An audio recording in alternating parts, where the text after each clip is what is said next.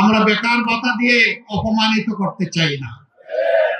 আমরা বেকার ভাতা দিয়ে বেকারের ফ্যাক্টরি বাংলাদেশকে বানাতে চাই না। আমরা আমাদের প্রত্যেকটি যুবক যুবতীর হাতকে দেশ গড়ার কারিগরের হাতে পরিণত করতে চাই। এই মায়েরা ঘরে থাকবেন সম্মানে নিরাপদে, রাস্তায় বের হবেন সম্মানে নিরাপদে, চলাচলে তাদের জন্য নিরাপদ ব্যবস্থা নিশ্চিত করা সরকারের অঙ্গীকার এবং দায়িত্ব। কর্মস্থলে তাদের নিরাপত্তা এবং সম্মান নিশ্চিত করা সরকারের দায়িত্ব। তারা নির্ভয়ে নিঃসংকোচে মনের প্রশান্তি নিয়ে স্বস্তির সাথে দেশ গড়ার কাজে পুরুষদের পাশাপাশি তারা অবদান রাখবেন ইনশাআল্লাহ। বলবেন ইসলামী সমাজ হলেও কি হবে? হবে, কেন হবে না? নবী করিম সাল্লাল্লাহু আলাইহি সাল্লাম আমাদের মায়েদেরকে তখন যুদ্ধের ময়দানে পর্যন্ত যোদ্ধা হিসেবে নিয়ে গিয়েছেন, সেবার জন্য নিয়ে গিয়েছেন। যুদ্ধের চাইতে কঠিন কোনো কাজ কি আসমানের নিচে আর জমিনের উপরে আছে?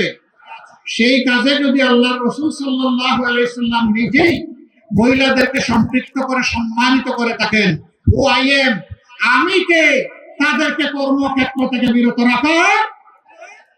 সুতরাং ঘরে বাইরে যার প্রয়োজন আছে, মেধা আছে, যোগ্যতা আছে, তাদেরকে তাদের জন্য সম্মানজনক জায়গা তৈরি করে দেওয়া হবে ইনশাআল্লাহ। আর যুবকদের জন্য আমাদের অঙ্গীকার, আমরা যুবকদেরকে ভাই আপনাদেরকে কোনো বেকার ভাতা দিতে পারবো না।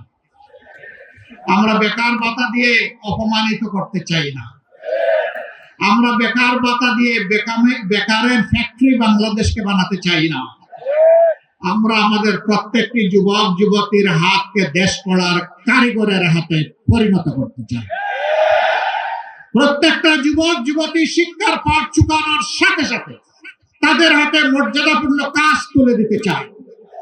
তারা দক্ষ হয়ে দেশকে সেবা দিবে, তারা দক্ষ হয়ে বিদেশে যাবে, সেখানেও তারা মর্যাদার সাথে তারা আয় রোজগার করবে, দায়িত্ব পালন করবে। আমরা আর আমাদের যুবকদেরকে বেকারের মিছিলে দেখতে চাই না। বলবেন এখন যাওয়ার পরের দিনে কি এগুলা হয়ে যাবে? না ভাই, হবে না, একটু সময় দিতে হবে। আপনারা দোয়া করবেন আমরা যেন ওই অঙ্গীকারগুলো বাস্তবায়ন করতে পারি। আপনাদেরকে সাথে দিয়ে পাশে নিয়ে ইনশাআল্লাহ দুর্নীতি মুক্ত, চাঁদাবাজ মুক্ত, আধিপত্যবাদ মুক্ত এবং ন্যায় ইনসাফের উপর একটি মানবিক বাংলাদেশ আমরা গড়ে তুলতে চাই। আল্লাহ আমাদেরকে তৌফিক দান করুন।